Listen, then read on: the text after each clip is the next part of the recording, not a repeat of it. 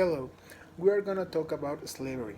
My name is Jorge Alberto Rueda, and slavery is even today a problem which is not completely eliminated, and perhaps this never happened. But we cannot deny that in the 21st century, nowadays there are cases of slavery, not as much as in the past centuries.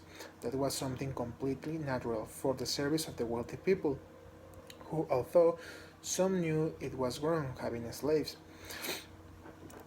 but couldn't be denied that it was too cheap having slaves working for mistresses in their respective businesses, as well as the way they obtained these people, who were not legal at all.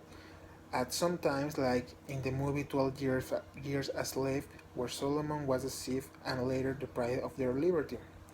More than anything, in my personal opinion, slavery was a racial problem, since white people saw black people as a lower class, and they saw them as a workforce that didn't matter if something happened to them.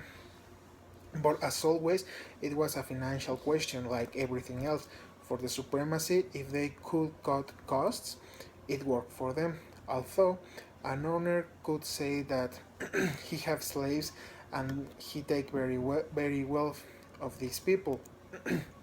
But that didn't seize the fact that you had slaves in your power, human people, human lives, like every other person.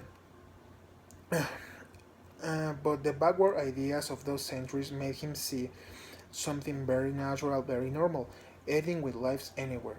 I imagine myself being an owner of that time of slaves, and by the way they painted it so natural, I want to think that if I have slaves, I will have them in human matters, but still it's a monstrous and immoral act because one day you are free and the next day you are a slave.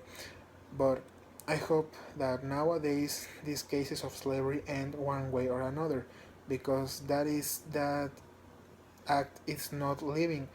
My personal thinking, my personal point of view, I would rather die before being a slave that only lives to serve a master that I have no care for them and he doesn't care that if we live or die.